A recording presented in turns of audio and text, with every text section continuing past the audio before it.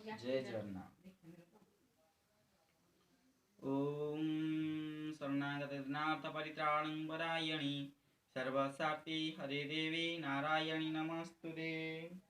नीलाद्रौ शङ्खमध्ये शतदलकमले रत्नसिंहासनस्थं सर्वालङ्कारयुक्तं नवघनरुचिरं संयुक्तं चक्रजेनं भद्राय वामभागे रथचरणयुक्तं ब्रह्मरुद्रेन्द्रं वन्द्यं वेदाय सारमेकं सकलगुणयुक्तं ब्रह्मदरु स्मरामि।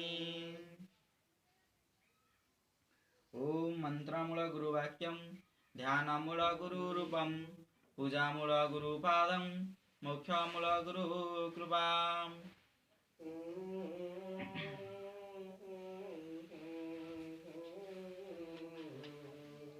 ओम श्री परमात्मने नमः। अथ पंचदशाध्याय पुरुषोत्तम योगो श्री भगवानुवाच ऊर्ध्वमूलमधशाखमश्वत्थं प्राहुर्व्ययं छन्दांसि यस्य वर्णानि यस्तं वेद स वेदवित्। श्री भगवान कहिले आदि पुरुष परमेश्वर जाହାର मूल ओ ब्रह्मा जाହାର मुख्य शाखा जो संसार रूपक अश्वत्थ वृक्ष को अविनाशी बोली कहुए तथा वेद को जाହାର पत्र बोली कहुए से संसार रूपक वृक्ष को जो पुरुष मूल सहित तत्वतः जानती से वेदर प्रकृत तात्पर्य जानती। अधश्चुध प्राच्युतस्य शाखा गुण प्रवृद्धा विषय प्रबला अधश्च मूलानि निसन्दतानि कर्मानुबन्धेन मनुष्यलोके।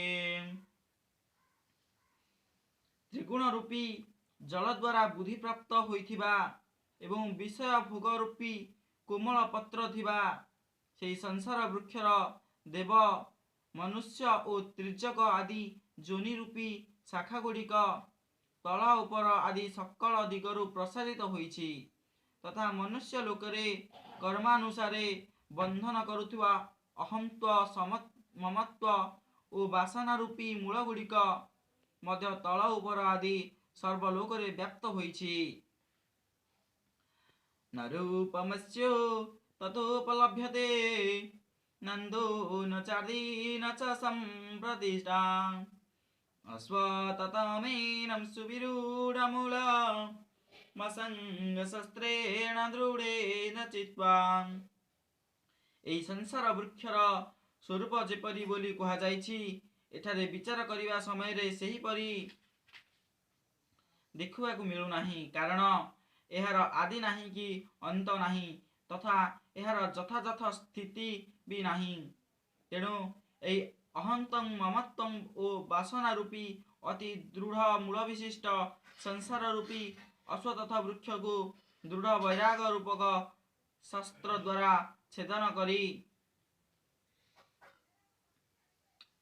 तथा पदं तत्परिमार्गितव्यं यस्मिन् गता न निबध्नन्ति भूयः तमेव चाद्यं पुरुषं प्रपद्ये जतः प्रवृत्ति प्रसुदा पुराणी।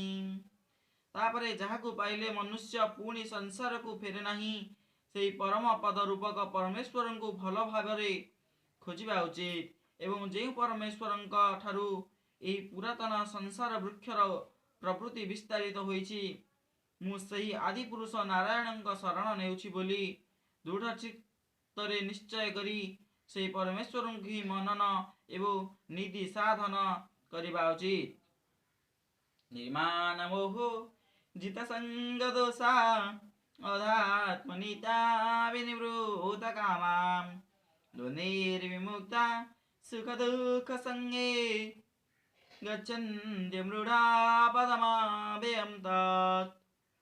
जोबारक मान ओ मोह नष्ट होई जाइछि जो माने आसक्ति रूपक दोषरु जय करि जाइछन्ति जो माने परमात्मा स्वरूप रे नित्य स्थित ओ जो मानंगर कामना सबु संपूर्ण नष्ट होई जाइछि सम दुख नामक द्वंद्व मानकरु विमुक्त से ज्ञानी माने से अविनाशी परम पद प्राप्त होइथान्ति।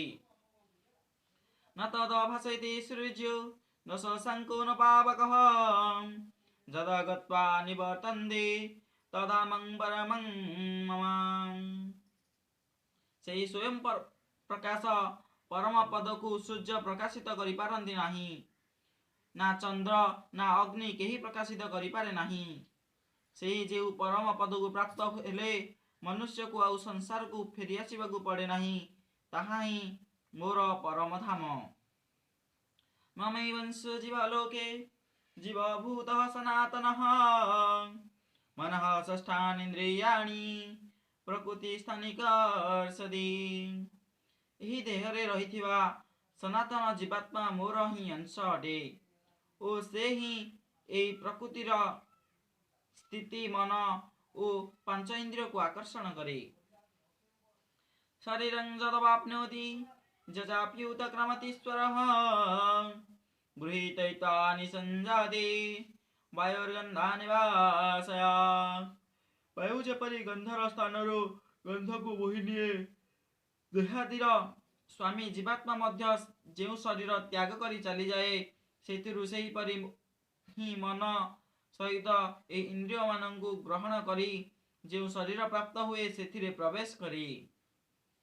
ଶ୍ରୋତଂ ଚକ୍ଷୁଃସ୍ପର୍ଶनं च ରସनं ଘ୍ରାଣमेव च अधिष्ठाय मनश्चायं विषयानुपसेवते। ଏହି ଜୀବାତ୍ମାର କର୍ଣ୍ଣ, ଚକ୍ଷୁ ଓ ତତ୍ତ୍ୱକୁ ତଥା ଜିହ୍ୱା, ନାସା ଓ ମନକୁ ଆଶ୍ରୟ କରି ଅର୍ଥାତ୍ ସେ ସବୁର ସାହାଯ୍ୟରେ ହିଁ ବିଷୟ ସେବନ କରିଥାଏ। ଉତ୍କ୍ରାମନ୍तं ସ୍ଥିତିଂ ବାପି ମୁଞ୍ଜାनं ବା ଗୁଣାନ୍ୱିतं ବିମୂଢ଼ାନାନୁପଶ୍ୟନ୍ତି ପଶ୍ୟନ୍ତି ଜ୍ଞାନଚକ୍ଷୁଷଃ। ଶରୀର ଛାଡ଼ି ଚାଲି ଯାଉଥିବା ଅଥବା ଶରୀରରେ ରହୁଥିବା ଅଥବା ବିଷୟମାନଙ୍କୁ ଭୋଗ କରୁଥିବା ତଥା ତିନି ଗୁଣ ଯୁକ୍ତ ହୋଇଥିବା ନିଜ ସ୍ୱରୂପରେ ବି ଅଜ୍ଞାନୀମାନେ ଜାଣିପାରନ୍ତି ନାହିଁ। କେବଳ ଜ୍ଞାନଚକ୍ଷୁ ଥିବା ବିବେକଶୀଳ ଜ୍ଞାନୀ ହିଁ ତାହା ତତ୍ତ୍ୱକୁ ଜାଣନ୍ତି। ଯତନ୍तो ଯୋଗିନଶ୍ଚୈनं ପଶ୍ୟାତ୍ମାଦଂ ନବସ୍ଥିतं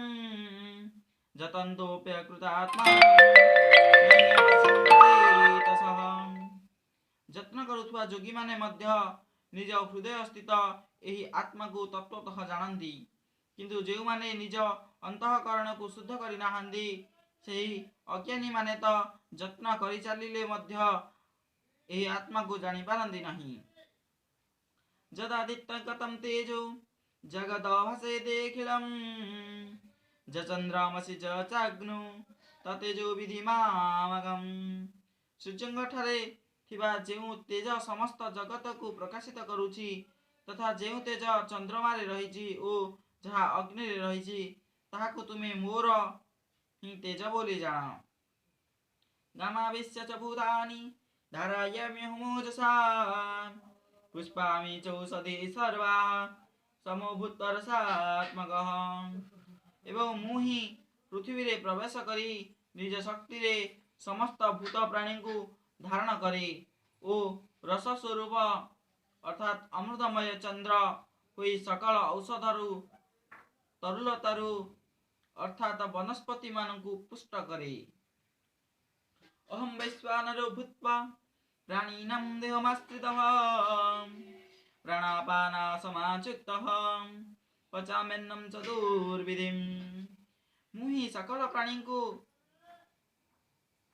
ନିଜ ଶରୀରରୁ ଜାତ କରିଛି ଏବଂ ସକଳ ପ୍ରାଣୀଙ୍କ ଶରୀରରେ ଥିବା ପ୍ରାଣ ଓ ଆପାନ ଦ୍ୱାରା ସଂଯୁକ୍ତ ବୈଶ୍ୱାନର ଅଗ୍ନି ରୂପ ହୋଇ ଚାରି ପ୍ରକାର ଅନ୍ନ ଜୀର୍ଣ୍ଣ କରୁଛି। ସର୍ବସ୍ୟ ଚାହଂ ହୃଦି ସନ୍ନିବିଷ୍ଟୋ ମଦଃ ଶ୍ରୁତି ଜ୍ଞାନପୋହनं ଚ ବେदैश्च सर्वैरहमेव वेद्यो वेदाନ୍ତ କ୍ରୋଧୋ ବେଦବିଦବଚାହଂ।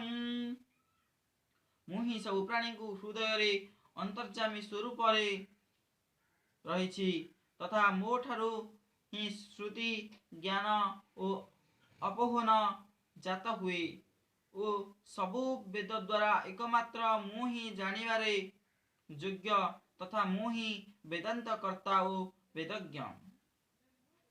ଦ୍ୱାବିମୋ ପୁରୁଷ ଲୋକେ କ୍ଷରଶ୍ଚାକ୍ଷର ଏବ ଚ क्षर सर्वाणि भूतानि कूटस्थो क्षर उच्यते।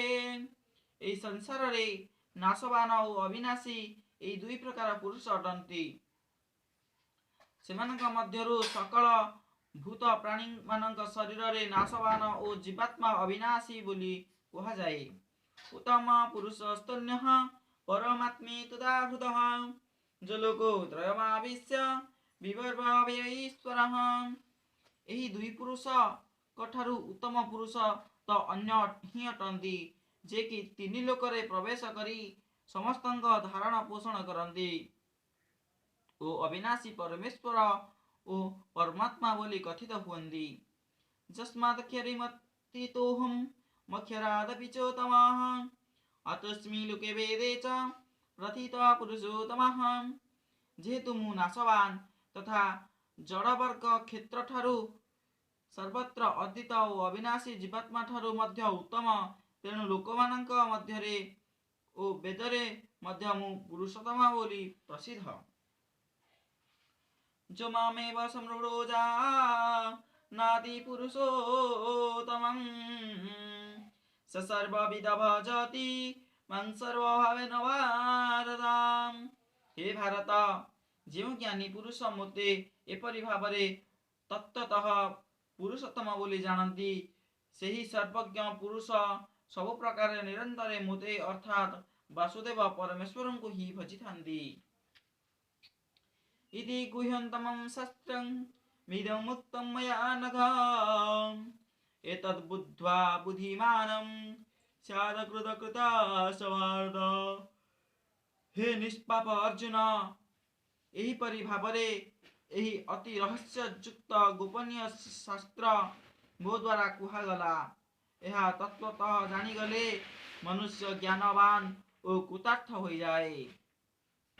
ओम तस्सैत् श्रीमद्भगवद् गीतासु उपनिषत्सु ब्रह्म विद्यायां योगशास्त्रे श्रीकृष्ण अर्जुन संवादे पुरुषोत्तम योगो नाम वर्णने नाम पंचदशोऽध्यायः।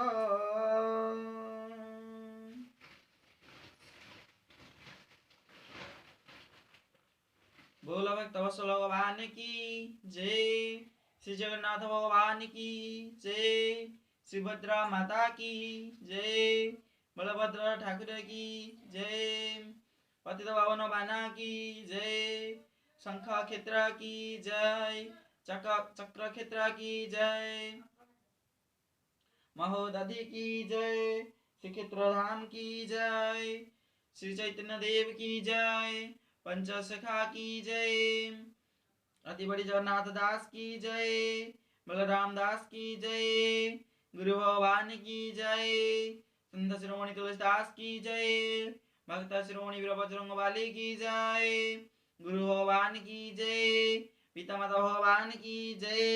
बोलंद कवार हरि बोलो। ओम सर्वत्र संधिः संधिः संधिः।